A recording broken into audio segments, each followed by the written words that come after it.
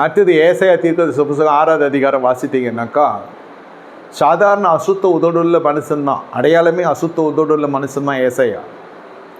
திடீர்னு அந்த தரிசனம் பார்க்குறான், கண்கள் திறக்கப்பட்டது. சேருபீன்களும் கேராபீன்களும் அந்த சேட்டைகளெல்லாம் முகத்தில் மறைச்சிட்டு, சேனைகளின் கர்த்தர் பரிசுத்தர், சேனைகளின் கர்த்தர் பரிசுத்தர், அது சொல்கிற சத்தமும் ஒரு கேட்குது பாருங்கள். காதும் திறக்கப்பட்டுச்சு, கண்ணும் திறக்கப்பட்டுச்சு. தாங்க முடியல இந்த தரிசனம். க்ளோஸ்அப்பில் டிவியில் பார்க்குற மாதிரி பார்க்குறாரு, விஷன் தரிசனம்.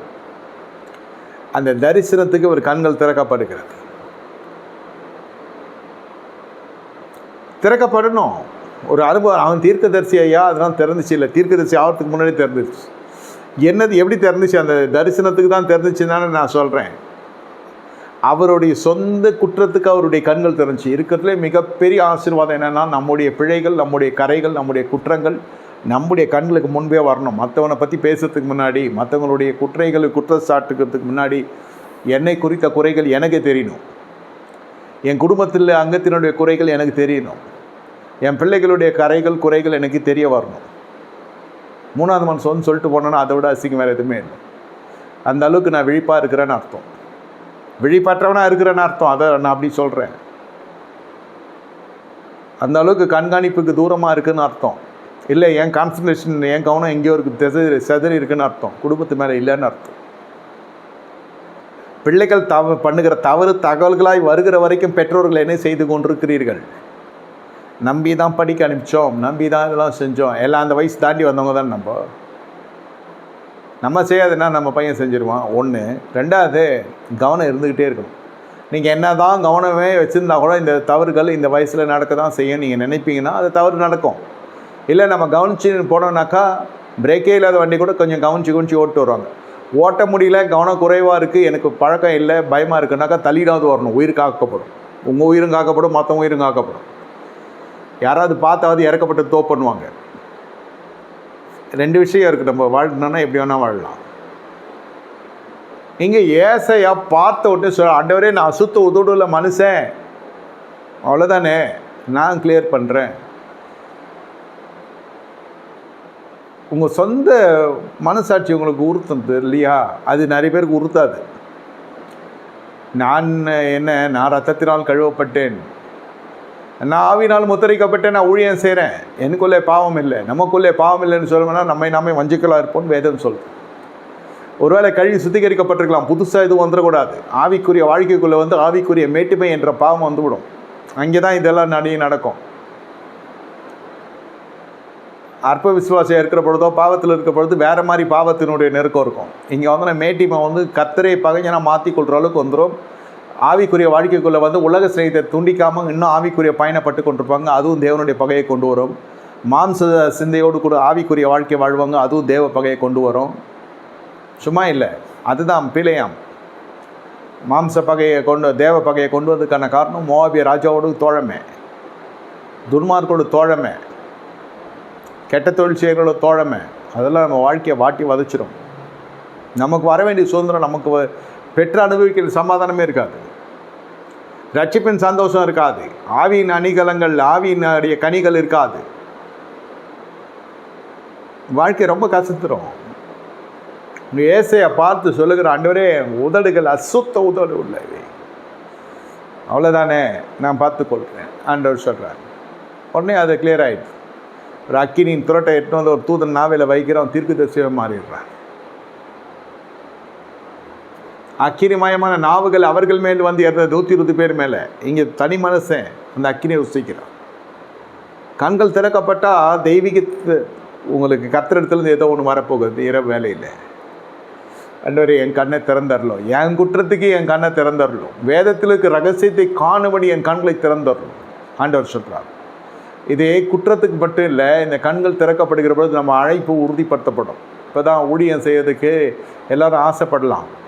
நிறைய பேர் சொல்லுவாங்க, பாஸ்டர் தட்டி வைக்கிறாரு, இவங்க என்ன அடக்கி வைக்கிறாங்க, இவங்க என்னை சிறுமப்படுத்துகிறாங்க, இவங்க என் பேருக்கு கீர்த்தியை கலைக்கிறாங்க, அவகீர்த்தி உண்டு பண்ணுறாங்க, அவதூறு பரப்புகிறாங்க, வளர விடமாட்டுறாங்க, வாழ விடமாட்டுறாங்க. எதுவுமே இல்லை, அதெல்லாம் தவறான கருத்துக்கள்.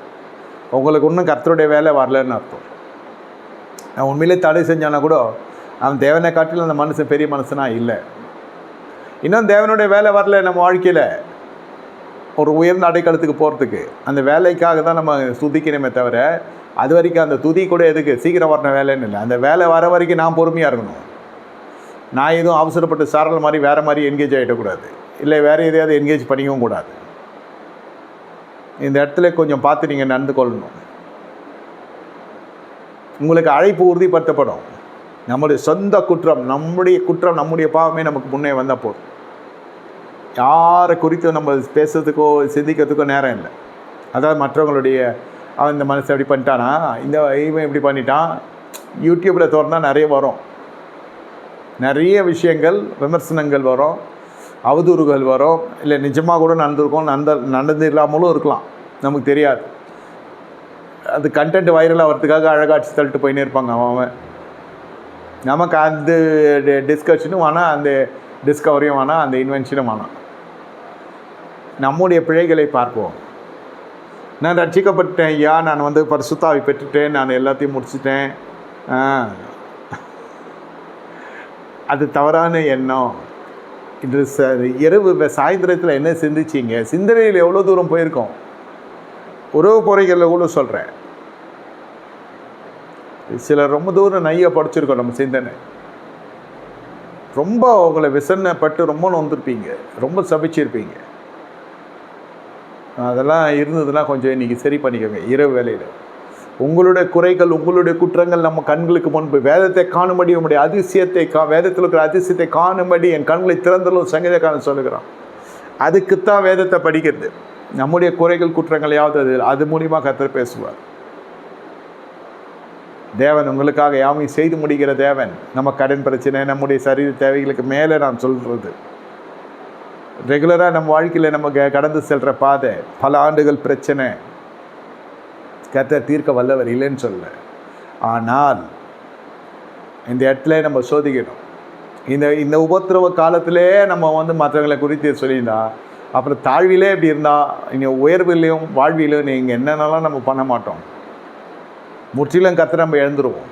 இல்லை நான் எப்படி இழக்க மாட்டேன் அப்படி இல்லை. உங்கள் சிந்தனை தீர்மானிக்குது. மேட்டிப்பா வந்துச்சுன்னா கர்த்தரை எழும்பி போயிட போகிறாரு. கர்த்தரை எதிராளியாக காணப்படுறாரு இல்லையா? கலகம் பண்ணுக்கிறதுனால தேவன் அவர்களுக்கு சத்ருவாக காணப்பட்டார் என்று வாசிக்கிறேன் இல்லையா?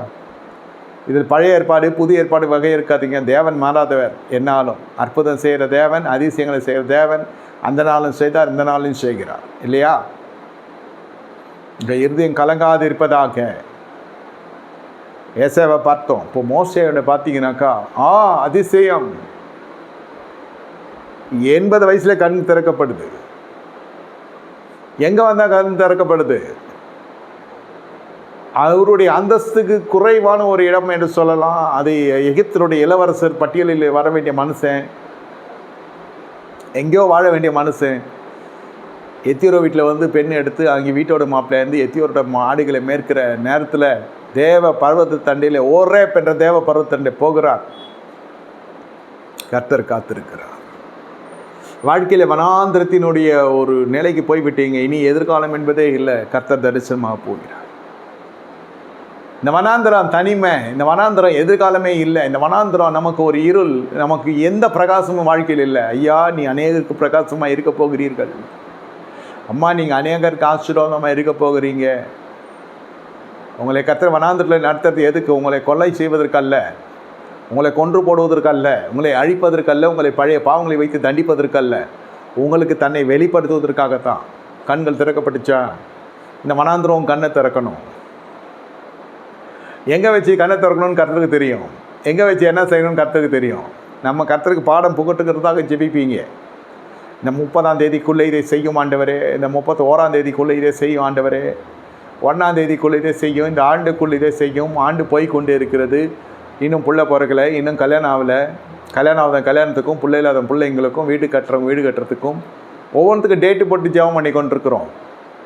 அதோட இயேசு நாமத்தில் பிதாவே ஆமேன்னு சொல்லிட்டு போயிடும். இந்த பகுதிக்குள்ளே வரணும். விசுவாசிகள் இந்த பகுதிக்குள்ளே வரணும். என் கண்களை திறந்தரணும், என் கண்களை திறந்தரணும். கண்களை திறப்பியார் என்றால் உண்மை தரிசிப்பேன்றது அது எல்லோரும் உணர்ச்சி பேசுகிற காரியம். கண்களை கத்த திறந்தால் நம்முடைய பாவங்கள் நமக்கு தெரியும். ஐயா அது அது மாதிரி பாக்கியம் வேறு எதுவுமே இல்லை.